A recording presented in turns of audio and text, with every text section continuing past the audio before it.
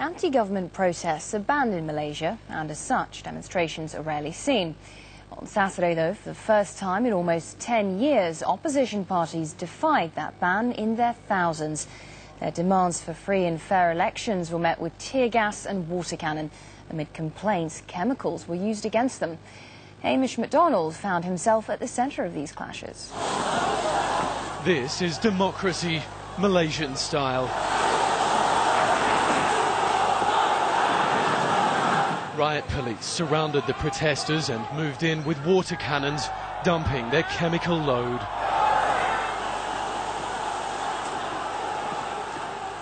The police have just sprayed chemicals on the entire crowd. This was, until a few moments ago, an entirely peaceful protest, but they've just come along and sprayed chemicals into the faces of hundreds and hundreds of protesters.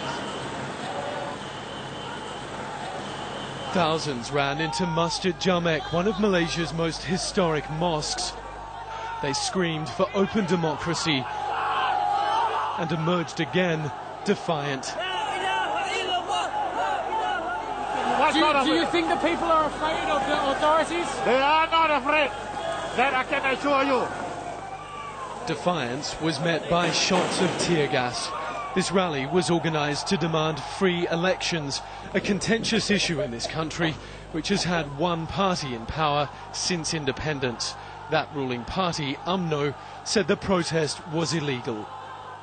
Of course, if there is a clash, then of course people will not be very happy. But it's the thing that we try to avoid. That's why we say that if you want to have, you have a gathering, get a peace permit. Elections are widely expected to be held early next year, but today Malaysia's democratic values were truly tested. Hamish MacDonald, Al Jazeera, Kuala Lumpur. Well, those protests were led by, among others, the former Deputy Prime Minister Anwar Ibrahim. The last big protest was sparked by his corruption trial and subsequent sacking 10 years ago. Earlier, he spoke to my colleague, Kamal Santamaria, who began by asking him why his supporters chose to provoke the government by defying the ban. We have exhausted all avenues, appeals, submissions, memorandums to the Election Commission, but the fraudulent practices continue, vote rigging continue, and thousands of phantom voters identified. So the public has been given no option but except to present their case to the public and the memorandum to the King. Which is, as I understand, what you were trying to do today, get a memorandum to the King. What was in that, and did you actually successfully deliver it? Just a call. After 50 years of independence, we are calling for free and fair elections. No fraudulent practices, no vote rigging, no cheating. How can you talk about Islam Hadari, democratic state, when cheating and vote rigging is condoned by the Prime Minister and the entire cabinet? So tell me more about these fraudulent practices that you're talking about. You say vote rigging. What about other fraudulent... We have identified, Kamal, yes, we have identified thousands of phantom voters per constituency. We have adduced this evidence and facts to show that in a small constituency, hundreds of voters ranging from 100 to 120 years old, which is just silly. I mean, it doesn't make sense at all. But there was no action from the part of the authorities and the Election Commission, working, in fact, to the contrary, at the behest of the UMNO political leaders to continue to cheat and continue with their vote rigging. The people who protested today, they numbered in their thousands by all accounts.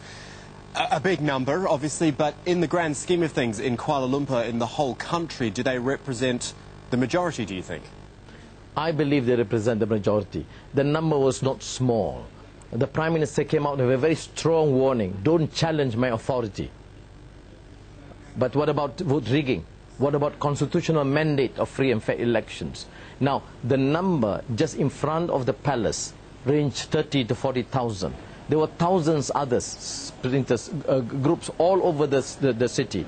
There were hundreds of buses blocked from coming into Kuala Lumpur. There were thousands of others. And I believe given an opportunity to express themselves, hundreds and thousands, even millions are prepared to come down and just register peacefully. It's amazing. The entire procession was very peaceful, except that incident where the police were very harsh and ruthless against peaceful protesters near the mosque. So absolutely peaceful. You're saying you were completely unprovoked in this today? Well, I was there in this vicinity of the palace. I was in the delegation with the Democratic Action Party, Islamic Party and the Bersih coalition of NGOs presenting the memorandum to the Secretary of the King. But we were of course thankful to the fact that some police personnel, other than this particular incident, were quite restrained in their moves, and we did cooperate with them. Immediately after the memorandum was submitted, we said we will disperse peacefully, and we did precisely that.